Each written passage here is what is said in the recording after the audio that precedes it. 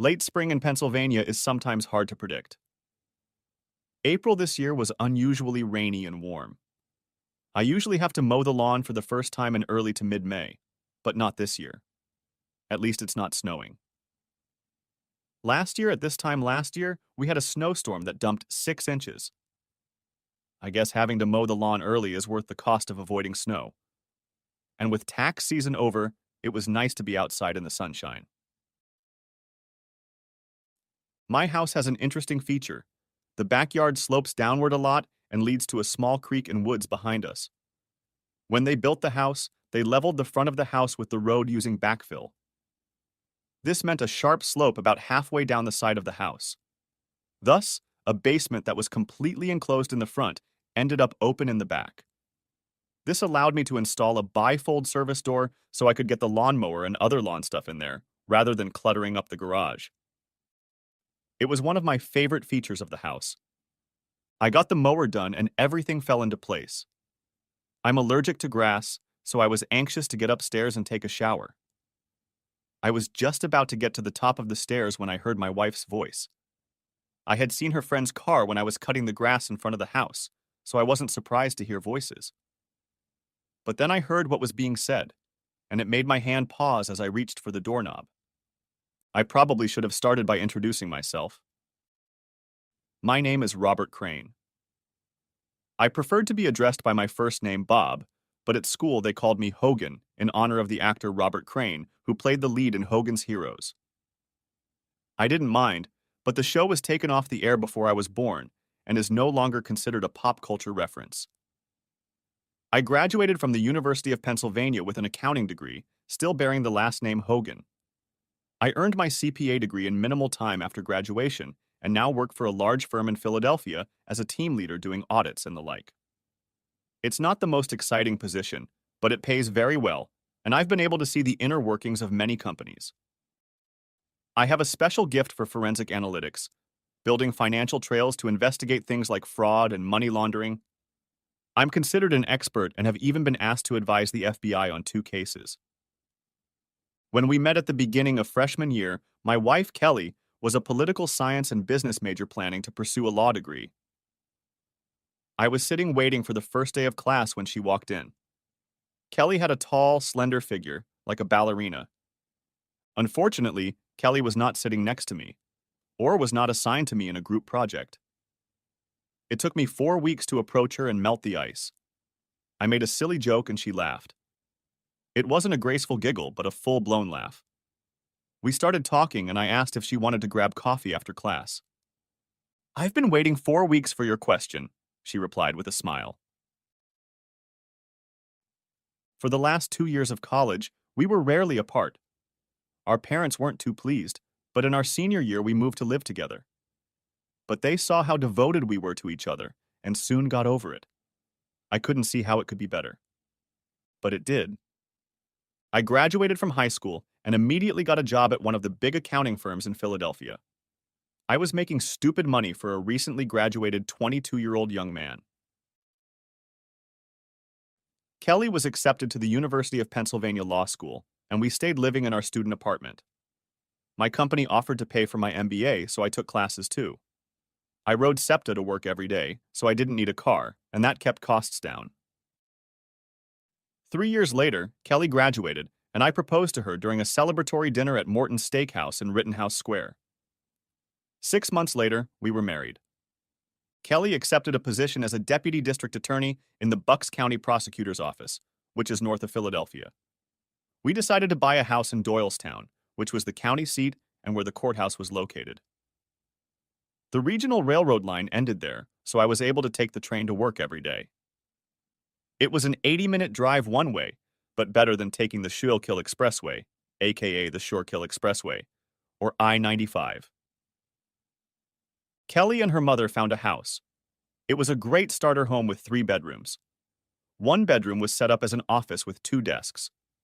I would work from home occasionally, and Kelly needed her own space for legal work. Another bedroom would be a guest room, and of course the last room was the master bedroom. Plus, it was close to her parents' house. Kelly convinced me that it would be a built-in nanny when we had kids. I was an only child, and had always wanted siblings. Kelly and I discussed kids back in my first year of university and decided to wait until Kelly had settled into her career before we started trying. But now we had reached that point, and 2 nights ago we agreed to stop taking Kelly's birth control and start trying for a baby. I was happier than I had ever been. And then what I heard made my hand linger on the doorknob. Hogan and I have decided it's time for me to get pregnant, excitedly announced Kelly. This excited her friend, Olivia Watkins. Both women made the same high-pitched sound that made me think of whales accidentally beached on the Jersey Shore trying to reach them. Standing on the stairs, I grinned at their excitement, which matched my own at becoming a father. I reached for the pen again when I heard a question that wiped the smirk off my face and the happiness out of myself. That's great, Kel, said Olivia. But what are you going to do about Paul? With Paul? Shh, hissed Kelly at her friend. Hogan's outside mowing the lawn. There was a pause, and I could see her looking around, waiting for me to appear. Then she spoke again. I already told Paul I was ending the affair. He was fine with it. With Grossman stepping down as senator, Paul thinks he has a real chance. Getting caught having an affair with a married staffer would be very ugly. Just like that. 3 sentences shattered my world. Paul Evans was Kelly's boss in the DA's office. He was a widower in his early 40s. His wife Anne had died of breast cancer, leaving him a single father to their daughter Barbara. Paul was a real political animal, and Kelly enjoyed telling me stories about his maneuverings in his party to run for higher office. I guess I just found out how my wife had access to all this secret information. Really? Said Olivia. Just like that? You've been hot and cheerful for 6 months and you're just going to dump a muffin stud? The teasing doubt in her voice made me want to rip Olivia's head off. She was a classmate at Penn, and I knew her before Kelly. I knew Kelly and Olivia were best friends now, but I always assumed she was my friend too. I guess I was wrong. Stop it! Kelly protested, giggling. You're so bad. Paul is a great lover, but it was just rude to play with him. I love Hogan, but Paul was just taking me and using me however he wanted. Now that Bob and I are going to have a baby, I don't want to take any chances. I love Hogan, and I will be a good and faithful mother. How many more cliches are we going to use here? I wondered. All that's left is to come home and find an unfamiliar car in the driveway and entertaining men in my bed to end it all. I wanted to run into the room and scream. I wanted to trash the room. But my muscles were restrained by paralysis. I was so stunned I couldn't move. My heart was pounding in my ears. So, cold turkey? Asked Olivia. Again, Kelly giggled. Well, not exactly cold turkey, she admitted. I have a conference with Paul in Pittsburgh next week. We'll have our farewell entertainment there. I'll miss you, of course, but Hogan and the baby are more important. And I couldn't take it anymore, but I didn't know what to do. I love Kelly, but it was killing me. My business training was starting to take its toll. I needed to step back and think. I needed to make a plan. I started stomping up the steps like I was climbing stairs. Then I opened the door and walked into the kitchen. Kelly and Olivia were sitting there with cups of tea in front of them. Did I see a hint of guilt on Kelly's face? Honey, are you okay? She asked in a concerned voice. I realized tears were streaming down my cheeks. Allergies, I mumbled. This is going to be a bad spring. Well, go upstairs and take a shower. Just drop those clothes by the bathroom and I'll wash them right away so they don't contaminate your closet. I bought you a new pack of Claritin D last week, which is in the medicine cabinet. Thank you, I managed to mumble, heading for the stairs. I needed time to think. The next morning was Monday, and I used the excuse of an early meeting to get up and out of the house before Kelly got out of bed. The night before, I had used my allergies as an excuse to go to bed early because my emotions were running high. Sitting on the train, I thought again about what I had heard. On the one hand, my wife was unfaithful, but it ended up being purely sexual to stay with me and bear me a child. Some would say I should leave it at that and be happy that my wife is back in the marriage, planning to be a good wife and mother. However, there is a voice in my head that says that if she did it once, what's to stop her from doing it again in the future? 10 years from now, when the kids are in school, won't she have another just sexy affair? Then there's the divorce with the kids, in which Kelly will likely get the kids and I'll get a hefty alimony and maintenance bill. Being an accountant and business analyst, I had to think in terms of risk and reward. I found myself doing the same thing here. It came down to the fact that my trust in my wife was completely shattered. The just sex excuse overlooks what is the really important issue in these cases. It is a complete lack of respect for the partner. The cheater knows they are doing wrong and hurting the other person. Otherwise, they would be doing it openly, and I would have known about it from the beginning. Don't get me wrong, I don't think I would have ever put up with her sleeping with Don, but at least if she had talked to me about it, some respect would have been shown. Kelly's behavior proved to me how much respect she had for me. I was working, but part of my brain was focused on what I should do. I had no proof other than an overheard conversation. I hadn't even noticed much of anything in the last 6 months that the affair had apparently been going on. A direct confrontation without evidence would be a big risk with little likelihood of reward. Kelly would deny it. Paul Evans would deny it. Taking any case through the courts would be financial suicide, since every judge, politician, and lawyer in the surrounding counties knew Evans. I would be buried to keep his name clean. I considered just leaving and starting over somewhere else. It was tempting, but the house would be like an anchor around my neck. Kelly couldn't afford it on her paycheck alone, and we had almost no equity. She'd have to sell it almost immediately to avoid foreclosure, and with the current state of the market, that was unlikely. It would have destroyed both my credit history and hers. Being a CPA with a bad credit history is not a good decision when looking for a new position. How can someone trust you with someone else's money when you clearly don't know how to handle your own? I needed proof before I could do anything about it. I would have gotten it, but it came from the most unlikely source. 3 days later, I kept my wits about me, but I still hadn't found any evidence to back up what I'd heard. Her personal laptop was clean. No secret email accounts were found. No clothes hidden in a box in the back of her closet. No receipts from places she wasn't authorized to go. Absolutely nothing. And then Kelly called me at work and told me we were invited to a party's political announcement at Paul Evans's house Friday night.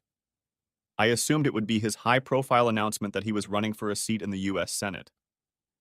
I had thoughts of a high-profile announcement, but I still had no proof, darn it. We arrived just in time for the start of the event. Evans had a nice mansion near Washington Crossing with a small horse farm. A large tent was set up in the backyard for all the guests. And when we walked in, at the head of the receiving line, like a king, stood asshole Paul Evans himself. Being a widower, Evans didn't have a wife to play hostess, but he had apparently enlisted his 21-year-old daughter for the role. She stood by her father's side, greeting guests as if she was born to do so. When it was our turn, Evans smiled broadly at Kelly and exclaimed, "Kelly, you did it. How wonderful." He kissed my wife chastely on the cheek. Then he turned to me. "Robert, it's good to see you again. I'd be lost without your wife, but I realize I'll have to give her up soon when you start expanding your family." He laughed at his own joke. "Just let me have her when you're done with her, and there will be no hard feelings." There was laughter again. Kelly even blushed a little, and I felt like finishing the smarmy goon off. I took his hint, which he obviously thought had gone over my head. "Who knows what the future will bring?" I said in an even, neutral tone. Not hostile, but by no means friendly either. In the same way I report the results of an audit. Evans blushed slightly, and Kelly elbowed me and muttered something about rudeness. Evans seamlessly moved on to the next guest, leaving us alone with his daughter. Kelly was an incredibly attractive woman, but Barbara Evans was a vision. Even in my inner anger, I noticed it. Her dark red hair and brilliant smile made me think of a young Maureen O'Hara. She had the combination of good looks, healthy figure, hair, and skin that photographers dreamed of, and so often had to use Photoshop to achieve. Paul Evans had the perfect triple threat political family. He looked like the perfect wise statesman and family man. Losing his wife to cancer provided him with the perfect wife. She was idolized, and any rival attacking her was ready for career suicide. Barbara was a princess, a prom queen, a Penn State graduate majoring in business and law, a former gymnast, and now a member of the Penn State cheerleading squad. According to Kelly's rumor, Barbara planned to try out for the Eagles cheerleading squad at the next open competition, as she had just turned 21. With a late wife and a smart, beautiful, photogenic daughter, the press would love him on the campaign trail. "Robert," said Barbara excitedly, hugging me tightly. It wasn't a polite hug at a party. It was a full body squeeze. Parts of her body pressed against me, which felt really good. "You look great. No wonder Kelly has been hiding you. You never come to any of our parties. You shouldn't be working so hard. It's not healthy." Somehow she said it all in one breath. In less than a second, my mood changed from fury to complete shock. I made a few polite remarks about how beautiful she looked and was about to leave when two things suddenly came to my attention. First, Barbara never said hello to Kelly. And second, what was with the parties? Kelly didn't give me a chance to ask, as she herself rushed over to greet the young woman. Then we had no choice but to give way to the next guests in line. As Kelly and I went to socialize, I wondered what Barbara knew. After pouring my wife a drink, I asked, "What kind of parties was Barbara talking about?" Kelly only smiled and snorted dismissively. "She was just teasing you, little prankster. Paul sometimes holds team meetings and strategy sessions here. He says he thinks better with a drink in his hand, and at the bar you never know who might be in the next booth. She was home a few times when we met here.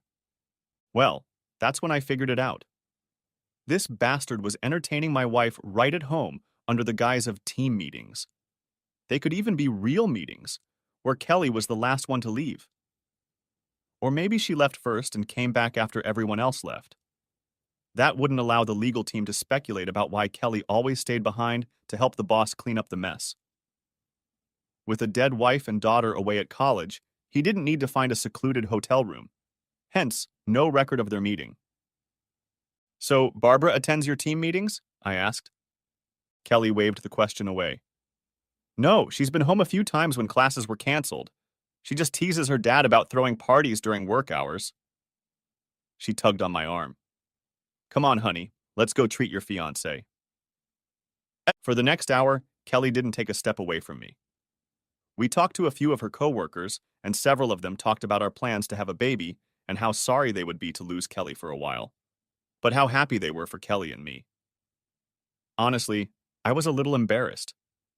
Why did all these people know about our plans? An hour later, Paul Evans called everyone to attention. His daughter stood next to him and smiled. He started by thanking everyone for coming and then began by announcing his big campaign. Everyone was expecting it, but was still excited. I noticed the publisher of the local newspaper and one of his reporters taking notes. I'm sure there will be a lot written about it in tomorrow's paper. I won't bore you with the rest of the details of the party. It would have been an enjoyable time had my heart not been shattered and my brain not been working at maximum capacity thinking how to prove it all. About 90 minutes after the grand announcement, Margaret Williamson, the first assistant district attorney, came in and said Paul wanted to meet with his staff. Paul was an elected official, and Margaret was a senior staffer who actually ran the office. DAs could come and go every 4 years, but Margaret was a constant. A very tough woman, but at the same time respected in the legal community for her honesty and integrity. An older female lawyer was a big part of the reason Kelly took the position. I liked her a lot. Margaret had been married for over 30 years to an electrician who had kept her in college and now owned a pretty good electrical selection company. These two were devoted to each other. I'd always considered them a model for Kelly and me. "I apologize for stealing your wife away from you, Hogan," Margaret offered. "Paul wants to discuss office organization as soon as he finishes campaigning." After a moment, they both left. I stepped away from the small cluster of other spouses remaining at the meeting and headed toward the other side of the large pool across from the patio where the party was being held. There was a wicker swing chair hanging from chains. It was in the shade, so people could see me if they looked closely, but I wouldn't be conspicuous. In other words, it was the perfect place to try to gather my thoughts. I had been sitting for less than 5 minutes when a voice invaded my solitude. "So this is where you're hiding," the voice purred. I looked up as Barbara lowered herself onto the wicker swing next to me. She had arranged herself so that she was sitting facing me without saying a word. Her little black dress sat on her tanned thighs in a way that clung to her body, hinting at what was underneath, but revealing nothing. Seductive and innocent at the same time. It spoke volumes about my state of mind that I noted it almost academically. "All right, you look like a man who has the weight of the world on his shoulders," she commented. I didn't really feel like talking about this with the daughter of my wife's lover, no matter how beautiful she was. "We've been very busy at the office. Lots of audits," I said to end the conversation. "Really?" asked Barbara in an interested tone. "I just finished my last accounting course in school. We talked for several classes about the use of forensic accounting in law enforcement. I found it very fascinating. Even in my grief, that surprised me." "Really?" I asked in a disbelieving tone. "Well, it's not pretty or anything, but it's really detective work to extract all the right pieces of information from tons of other facts and put them together to get a clear picture. Plus, since some people are trying to hide that information, it gets even more complicated." "Most people don't see it that way," I admitted. No. Barbara began to elaborate on what she had learned from the classes and why she had enjoyed them so much. I have to say I was impressed. I've had people completing internships at the firm who couldn't have communicated the topic so well. Focusing on her words helped me dismiss both her looks and, more importantly, the rage boiling inside me. I felt myself sinking into my role as a mentor. It helped me take my mind off the emotional turmoil a bit. "You really enjoyed the class," I remarked. "You seem to have grasped the topic very well." Barbara blushed at my praise. For a moment, I saw a sweet girl who was genuinely touched by my praise. "I was actually thinking about joining the FBI when I graduate high school. Dad wants me to become a prosecutor or go to work at one of his friend's law firms. I don't think that's what I want to do." "You should follow your own dreams, not your father's." It was honest advice, not that I was opposed to ruining the jerk's plans. "I've done a little work with the FBI when audits turned up something criminal. Sharp people." Before Barbara could respond, Kelly stepped out of the shadows. "That's where you disappeared to. You didn't do anything obscene?" she asked in a teasing tone. Barbara turned to my wife and smiled radiantly. "We were just talking about Bob's job. We just discussed it in class. I wanted to get an expert's opinion." "Well, Hogan is just that," Kelly said proudly. "I looked at one of his audit reports where an employee was embezzling money using his boss's login credentials. Hogan caught on that some of the transfers were happening when the guy was on a business trip, but the login was from the corporate office. Most of us would have stopped when we recognized the boss. Hogan kept digging. I could have gotten a conviction against that employee the first day out of law school. Hogan left the prosecutor's office no chance of success." Kelly looked at me with pride on her face as she told this little story. It embarrassed the hell out of me. How could she be proud of me and claim to love me while she was in a 6-month relationship with her damn boss? A shadow of my confusion must have flashed across my face because Kelly asked, "What's wrong, honey?" "Nothing," I replied. "Just thinking about a problem." "Well, stop it. It's a party," said Kelly admonishingly. She struggled to catch her breath and said, "Hogan, you'll never be able to guess the opportunity I've been given. Paul and Margaret want me to take over the administrative work since I plan to go on maternity leave as soon as you finish your job. That way, when I leave, there won't be any work left to do. I'll be working directly for Margaret." Something in my heart twitched at the thought of Kelly being away from that bastard Paul. My hopes were dashed after only a second. "I'll have to travel sometimes," Kelly continued. "I'll be delivering important papers to Paul during the campaign, so I won't be involved in his campaign. but I'll still get to see some of the behind-the-scenes action. It's going to be so much fun. I felt my heart shatter again. I know I'd heard Kelly say she planned to end her affair so we could have a baby, but I could easily imagine her going back to her affair in anticipation of being part of the campaign. And if she gets pregnant, who's to say the baby will be mine? The sex is about my height and color. Without a DNA test, that would be very difficult to determine. My anger started to rise, but I held it back. Now was not the time. Barbara started talking to Kelly about her new position and the campaign. Soon they were engrossed in their conversation, and I was forgotten about. I took this opportunity to pull myself together. After tonight, I would start making plans. I needed to counter Paul's political power somehow, but frankly, I had no idea how to do it. The answer showed up in my office 2 days later. Next chapter. Your appointment is at 4 o'clock, my receptionist called through the open door. We're not allowed to call them receptionists anymore. I looked at my Outlook calendar and didn't see anything booked there. Before I could answer, she, Barbara Evans, walked in. Hi, Hogan, she said hello as she entered the office. I hope you don't mind, Barbara began. She closed my office door behind her. I told Mary we had an appointment to discuss my career and how Kelly works for my father. I politely rose from my chair. I'm glad to see you. I was just working on some reports. I gestured for her to take one of the chairs in front of my desk. When she was seated, I sat down. What did you want to talk about? The happy expression on Barbara's face suddenly disappeared. I think you know, Bob. I saw it in your face when you were talking to my bastard father. I'm so sorry he destroyed such a good guy. I was stunned. This was not what I had expected. What are you talking about? I asked cautiously. Barbara grimaced. About that asshole known as my father having an affair with your wife. I leaned back in my chair at such a straightforward answer. Did you just find out? Asked Barbara softly. I nodded. I'm very sorry. When did you find out? I asked. About 3 months ago, Barbara admitted. I don't know when it started, but I found out in February. One Friday I went home early and they were having one of their meetings at our house.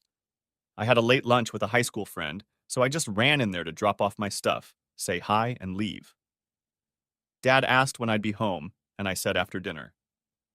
Turns out my friend was sick and couldn't make it. I grabbed a bite to eat and went home. I saw Dad and Kelly. I took a picture of them. You took a picture of them? I asked in shock. I also wondered if I could get copies of the pictures. That would be very helpful in the divorce. As if reading my mind, Barbara reached into her bag, pulled out a large envelope and placed it on my desk. Here are pictures from that day and a few others. She paused and grinned. Dad installed a security system in the house. Everything outside is locked down, and there are cameras in several rooms. If you know the website and have the key fob and password, you can get into the house from almost anywhere. There's a thumb drive with video on it, too. I was shocked by this. Paul's daughter was handing me everything I could possibly need to divorce and destroy her father. Why? I asked. The sad expression on Barbara's face was replaced with anger.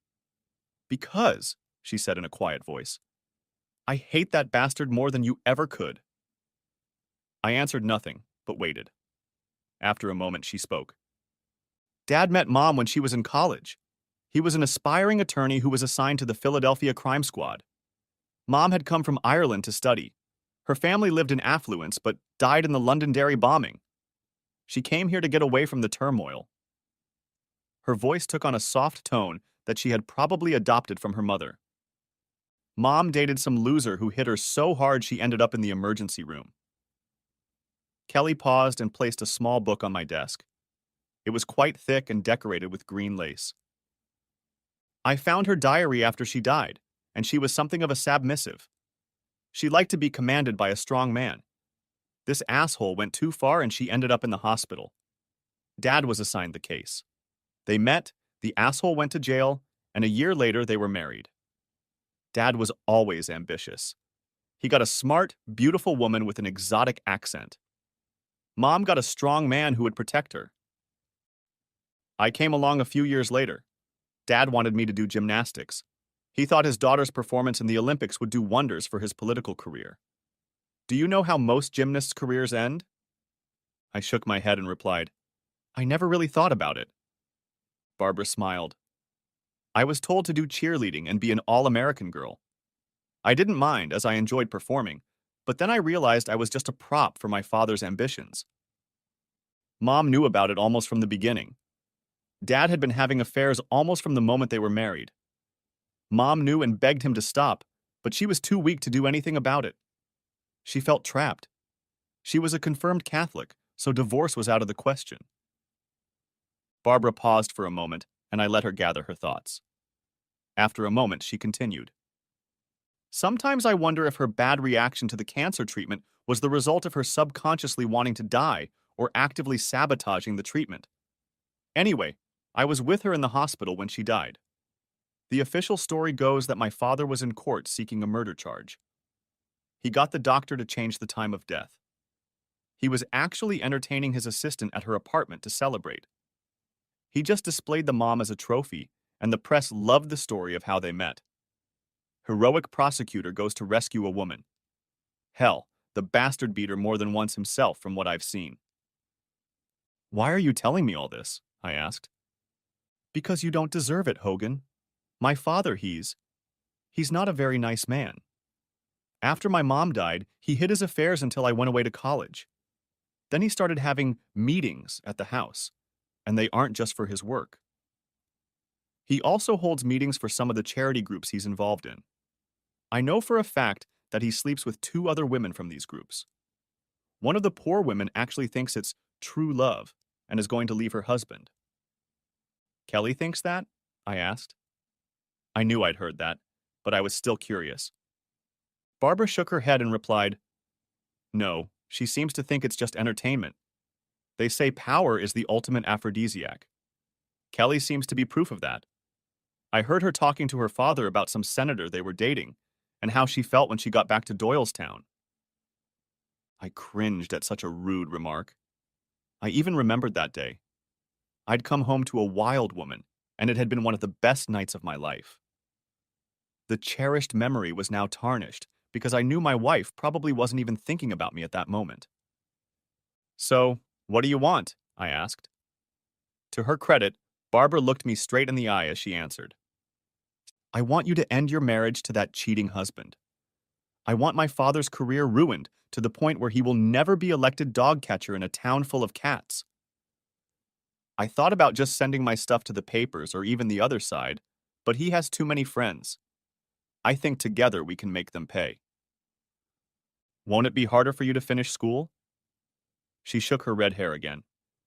No, my mom left me her inheritance as a trust fund. I didn't touch it, but if I needed to, I could pay for the rest of my tuition and MBA, and I'd still have a good chunk of money left over. If your mom had that much money, why didn't she take you and leave? She could have gone to Ireland, where your father wouldn't have been able to get to. Barbara wrinkled her nose. Like I said, she was raised Irish Catholic. She was taught that divorce was not an option. No matter what happened, Mom held on to her faith to the very end. That's the only thing that makes me think her death was unconscious rather than intentional, since they also consider suicide to be the unpardonable sin. I have to admit, I couldn't see anything but the truth in Barbara. She had said she wanted to destroy her father's career, and the fact that I had this information didn't bode well for his ambitions. I couldn't imagine that this could be some kind of trap. If Kelly and Paul wanted to wipe me off the face of the earth, they could do it openly in court. That kind of despicable shit was only appropriate if they were desperate. Like me. A plan began to form in my head. I need Barbara to help me with a few items.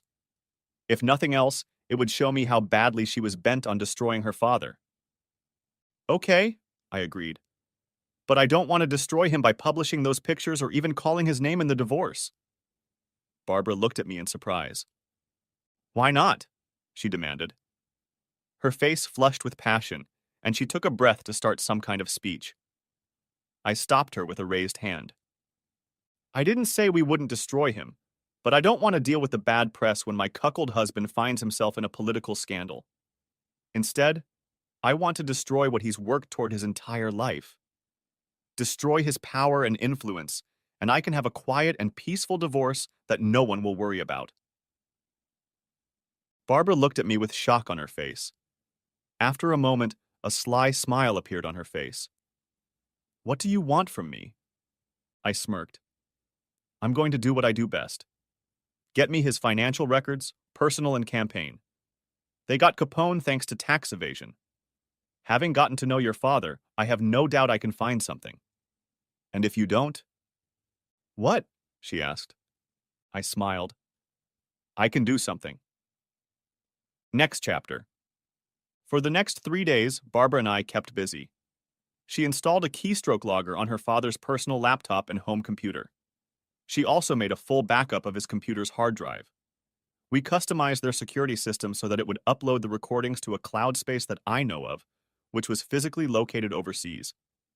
How nice of the asshole to put a bug in his own home. For my part, I didn't tap Kelly's phone. Thanks to Barbara's evidence, I didn't need anything else. But I did activate a GPS tracker designed for parents watching their kids. It basically used cell towers for location unless I sent a command to activate the GPS. I just didn't want it to catch me at home when I was busy working. I faked a groin injury the day after Barbara first came to see me. That gave me an excuse not to do it with my wife.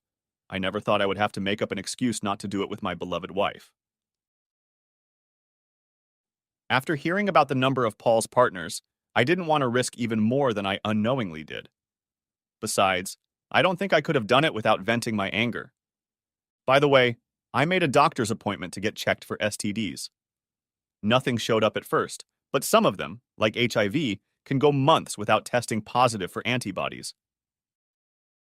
Kelly went to the conference in Pittsburgh for her last date with Paul. Not surprisingly, she was very excited about the trip, leaving her hanging for the last few days. Some guys might have given her a farewell entertainment as revenge. My problem was that somewhere inside, I still loved her. I could never trust her again, but that didn't mean I didn't still love her. But I also couldn't bear the thought of entertaining her after what I'd learned. Thursday morning came, and Kelly was waiting with her packed bag for Paul and a junior associate from their office who was traveling with them to a conference. I wondered if the young guy knew he was their cover. So I'll be home Sunday afternoon, Kelly said, walking over to me after dropping her bag at the front door. I sat at the table with my back to her and sipped my coffee. She wrapped her arms around me and leaned in so that her lips were right next to my ear. I hope you're feeling better so we can start on the baby, she whispered. Her tone would have brought a dead man back to life, and her scent. It brought me back to more innocent days. I wanted to cry right there, but I managed to restrain myself. I'll ice it so it heals, I assured her. I stroked her hand and kissed her forehead. I wish I didn't have to go to this. It would be so much better to just stay home with you. You can always tell Evans that something more important came up, I said. It just came out. And from the way she looked at me, she heard something in my tone. What's your problem, Paul? She asked in an amazed voice. First you were rude at the party, and now you sound like you hate the man. I forced myself to calm down and shrugged. Honestly, I've seen too many hot jerks like Evans who think they're untouchable and the epitome of power. They're the big fish in a small pond. They sell the illusion of power and get people to buy into it. Like that mayor in South Carolina last year. Big, powerful guy embezzled the city's money by sleeping with 3 married women. Now he's serving 10 years in federal prison, and they're all divorced and publicly humiliated. I have the same feeling about Evans. If he makes it to Washington, he'll be entertaining uncomprehending interns within a week. But eventually, his wheels fall off, and his shit will splatter everyone around him when it does. Kelly looked at me in shock. She'd heard me rant about those scumbags before, but she'd never connected Evans to them before. I probably should have kept my mouth shut, but it felt good to let it out. Even though the marriage was over, I also felt it was only fair to warn Kelly. I still loved her, even if I would never trust her again. Hogan, that's a terrible thing to say about Paul, protested Kelly. He's a good man who's done a lot for the people of this county. He's not like that. I heard the almost pleading tone in her denial. In a timing that could not have been anticipated, we heard the sound of a car horn outside the house. Paul had arrived. Kelly sighed disappointedly. She cast a look at me in which regret and almost fear flashed quickly. I'll be home in 4 days, Kelly said in a conciliatory tone. Then we can talk about it. But be prepared, love. We have a baby to start with. Then she wrapped her arms around me and kissed me. Have a good week, she breathed out. I love you. I love you too, I replied. She picked up her bag and opened the front door. Bye, honey, she called over her shoulder. Bye, Kelly, I said. Then I closed the door. 30 minutes later, I walked out to catch the train back to town. Barbara and I had an appointment at the FBI, and it turned out that I didn't have to prepare any evidence. I would rate Paul Evans's embezzlement abilities as moderately intelligent. Barbara and I met at her off-campus apartment to go over the documents she pulled from his computer. Pretty standard procedure. By my calculations, he had about $2 million stashed away in an offshore account. At least that's how much he transferred into it, but I can't be sure it's still there because those records weren't included. Most of this money came from various small donors who wouldn't raise suspicion with the IRS, but why were people from out of state donating to the DA's campaign?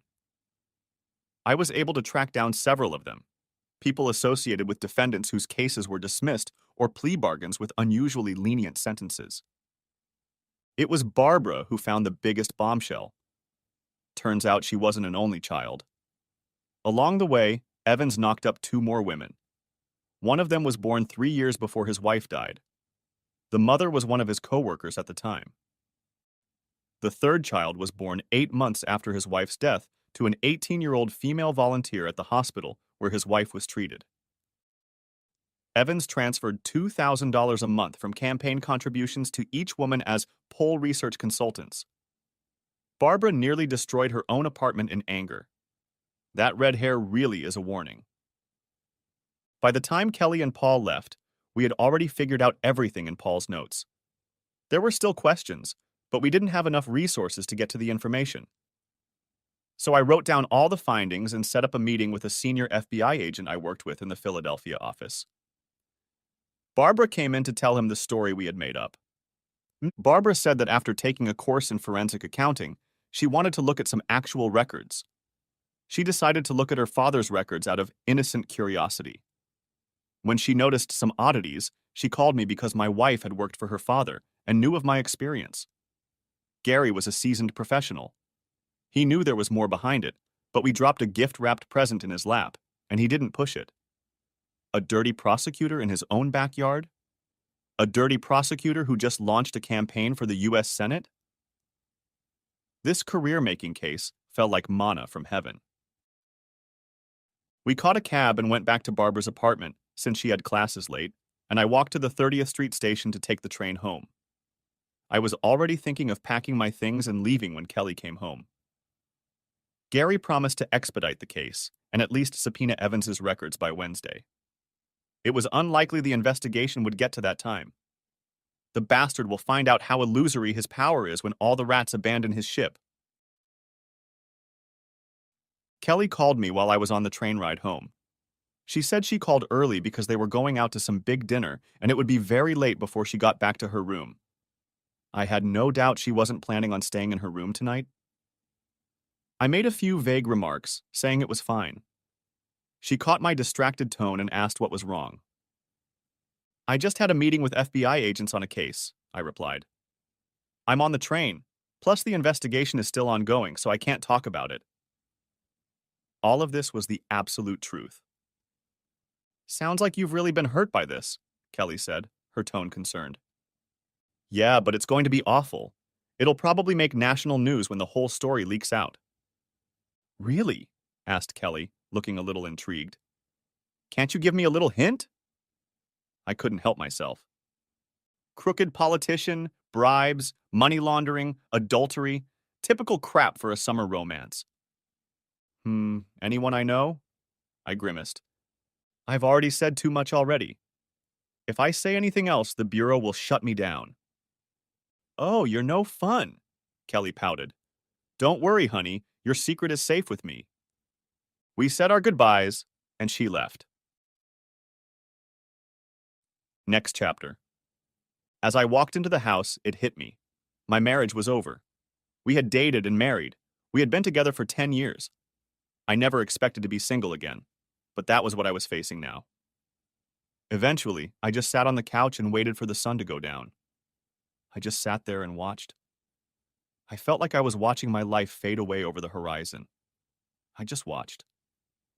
It was many hours after sunset before I stirred again.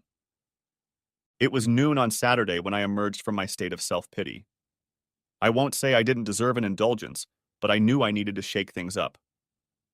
Ironically, I was mowing the lawn again when I saw a BMW convertible pull into my driveway. I stopped the mower as I watched Barbara get out of the car. I turned off the engine and greeted her. Well, you look better than I expected, Barbara said. I half expected to have to pull you out of a bottle or pull you down from a ledge. I snorted. I'd had a lot of thoughts about both options last night. Had to be done, I said. Besides, it keeps me busy. Not seeing a lawyer? She asked. I shrugged. I did that on Tuesday before they even left. The paperwork will be ready on Monday. I arranged to do an audit at a client in Austin and leave on Tuesday. Usually business trips like this last 3 days, and then I work remotely until the report is done. In this case, I'll be there for all 3 weeks. I shrugged. I guess that's the coward's way out, but I don't want to be here when this whole mess is over. I saw the agreement on Barbara's face. She knew it would draw attention to her too, as the bastard's daughter. Well, I'm glad you're thinking ahead, the redhead said. But I realize that's what you're good at. She smiled again. Now I know how to plan too. Okay, here's my plan, Barbara announced.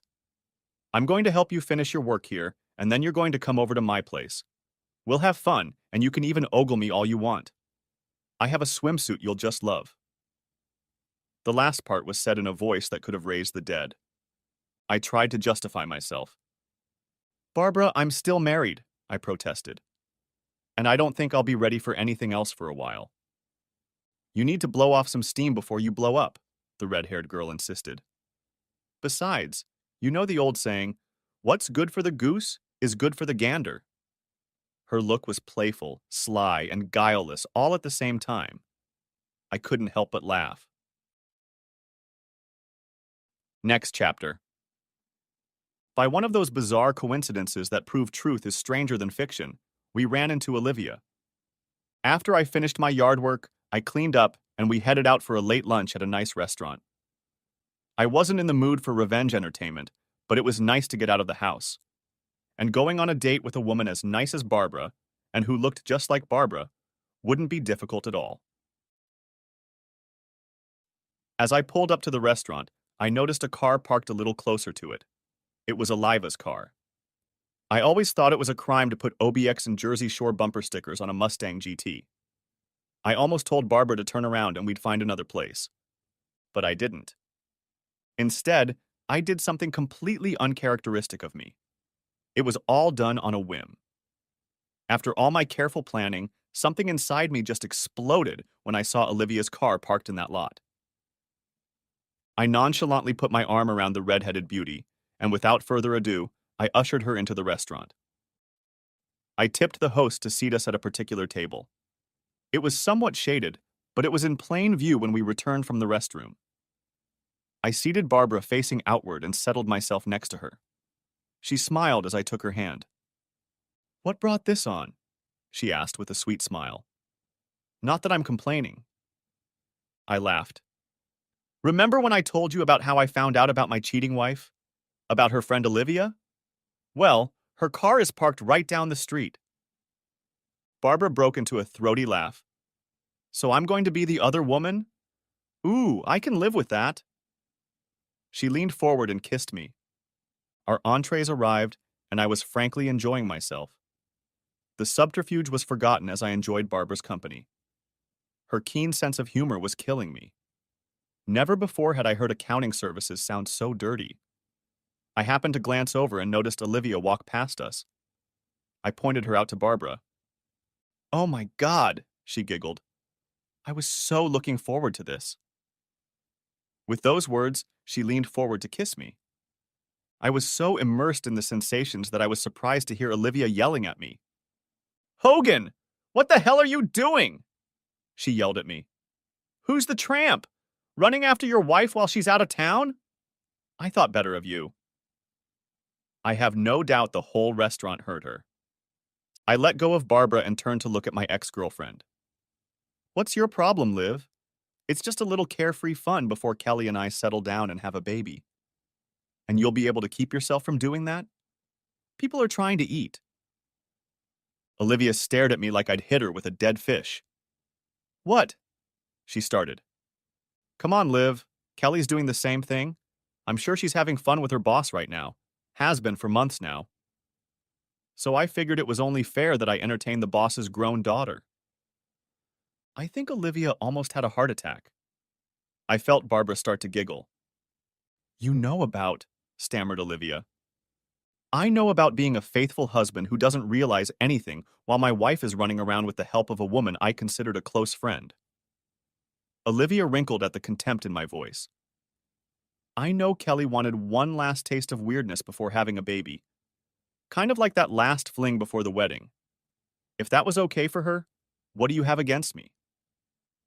I had no information that Kelly had had any affairs before Paul's asshole, but as the saying goes, once a cheater, always a cheater. I made an attempt in the dark with my suspicions and wondered if Liv would get off balance to confirm them. She said, "You know about that too?" She sighed. "No, but thanks for the confirmation," I replied. Olivia turned pale. "Go away, Olivia," I said. She turned and ran away from the table. A few minutes later, we heard a noise. It was Olivia leaving the restaurant. "Well, it was fun while it lasted," Barbara said with a slight chuckle. "I really wished she'd been there longer." Her smile made me blush. "You know she's probably on the phone with your wife right now," she added. "Probably," I agreed. "I'm giving her 5 minutes before my phone goes off. However, if she leaves right now, it'll be 5 hours to get home from Pittsburgh. That would give us time for dessert, and that would leave me plenty of time to get home and pack. Too bad I won't get to see you in a bikini like you promised." Barbara laughed again. "Oh, I guess we can do that another time." She reached out to grab my shirt and pull me closer. "You know my semester ends in a week and a half," she whispered in my ear. "I've always wanted to see Austin." I barely had time to catch her words before her tongue dug into my ear. Epilogue. Yeah, shit really hit the fan. Kelly started calling me 10 minutes after Olivia left the restaurant. I listened to a few of her messages and she was furious that I cheated on her. It almost made me laugh. After an hour of her messages and texts, I blocked her number. I knew she would eventually just call from another phone, but she was driving back from Pittsburgh, so she couldn't just ask to borrow someone's phone on the turnpike. I went home and packed up all my personal belongings, not just the ones for the trip to Austin. I had time. 4 hours after meeting Olivia, I was leaving home, probably for the last time. After depositing most of my belongings in a storage locker, I checked into a hotel near the Philadelphia airport until I found a place to stay. I talked to Barbara a few times on the phone. She had gone to a friend's house, as her father was now leaving furious messages on her phone. I rescheduled my flight to Austin for the day and left Monday morning. Kelly managed to call my phone a few times from other numbers. Now it was tearful rants about how I could do this to her, why I ruined her career, etc. etc. etc. Apparently, Olivia's initial outcry got a lot of people's attention. Then someone posted a pretty accurate account on their blog and called Barbara and I players. My comment about Kelly having fun with Paul was also posted along with the fact that they were together in Pittsburgh over the weekend. This caused quite a stir in county political circles and at the courthouse. For the rest of the week, I avoided most news from Philadelphia. It wasn't until Friday that I received an email that told me what was going on in Doylestown. Surprisingly, it was from Margaret, a senior manager in the DA's office. The elderly attorney was apologizing for everything that had happened. She knew that Paul had been seeing two women outside the office, but knew nothing about Kelly's involvement. She also welcomed the fact that I retaliated by using the law against the attorney. According to Margaret, that week in DA Buck's office was eventful. Paul was in the office Monday morning trying to smooth things over and denying any inappropriate behavior on his part. "It's just my daughter rebelling under the influence of a cheating husband," was how he tried to present the story. And on Tuesday, Kelly was served with divorce papers on the grounds of adultery. Included in the envelope were photos, DVDs, and a letter from me. At Kelly's scream of horror as she read my note, Margaret and two others ran into the office. Kelly collapsed in her chair in shock, and Margaret noticed the photos scattered across the desk. My letter informed Kelly that I wasn't having an affair, but hoped that she now had an idea of how I felt about her and this jerk. I told her I couldn't be married to someone I didn't trust, especially now that I found out she had cheated before. On Tuesday, there wasn't much work to do at the DA's office. The next day, Margaret was in Paul's office for a meeting when four men in suits suddenly walked in. Paul was yelling at them for interrupting an important meeting when one of the men informed Paul that he had been arrested. He was in complete shock as they handcuffed him and led him out of the office, she said. They walked him right through the front door of the courthouse and let reporters through, who were somehow alerted. I owe Gary a few beers for that. At the end of her letter, Margaret apologized for allowing them to behave in her office. She also asked me to let her know if I needed anything, as I did not deserve this behavior. I'm sure part of her letter had to do with damage control, but mostly I think Margaret was the moral and professional person I always thought she was. Now, all my plans for a quiet divorce had gone to hell because of my own stupid, impulsive antics with Olivia at that restaurant. The Philadelphia news stations quickly learned of Paul's arrest and the charges against him. As I told Kelly, the story had all the makings of a summer romance: betrayal, revenge, and too much angst. News outlets loved it, and it was quickly picked up by the hungry 24 news services. I avoided the worst of it, as I was out of town and they couldn't track me down, as I had booked a second hotel room 10 miles away from the one on my itinerary at work. However, I checked in there, and the reporters positioned themselves around it trying to catch me. I saw on TV that they were camped out in front of my house. Kelly didn't come out, and they only managed to film my relatives going in and out. Barbara had it the worst, because she was the daughter who turned in her own father. She was still going to classes and taking exams, so for the first few days, it was pretty easy for the press to find her. Then the school kicked the reporters off campus because they were disturbing the students. It also helped that two women who had children with Paul claimed their own 15 minutes of fame. After wrapping up the last issue, Barbara slipped off campus and headed for the airport. The media was disappointed, but not too surprised when she didn't show up for her graduation ceremony. After a while, the story receded into the background and stayed there. It heated up when Paul's trial began, but he pleaded guilty to several charges, resulting in a 20-year guest of the federal government. Fortunately, his guilty plea resulted in Barbara and I not being called to testify. After that, the case completely disappeared off their radar, taking Barbara, Kelly, and me with it. Oddly enough, after all the publicity, my divorce went through quickly and without a lot of fuss. Kelly signed the papers 4 days after receiving them. I received a letter apologizing for what she had done to me and to us. Returning from Pittsburgh, she swore in a rage that she would never forgive me for cheating on her. When she found out that she was really the only one who had cheated, she realized how hypocritical she had been. She accepted my offer of a 50-50th split and asked that at some point, when things weren't so rough, I agree to meet with her so she could apologize in person. She ended by saying that she would always love me and wished me well. I later learned from her mother that she had quit her job and moved to the Midwest to live with her aunt. Paul's elimination had a marvelous impact on my career. The FBI gave me full credit in the press for analyzing Paul's records. Because I was hiding from the same press, I was even more thorough in Austin and found not only the embezzler they were looking for, but a second embezzler they had no knowledge of at the time. My firm promoted me and put me in charge of the white-collar crime group. And yes, some joker labeled the team Hogan's Heroes. But the best part was when I was assigned an assistant, a recent college graduate looking to gain experience in forensic accounting. I've never enjoyed working late. The end.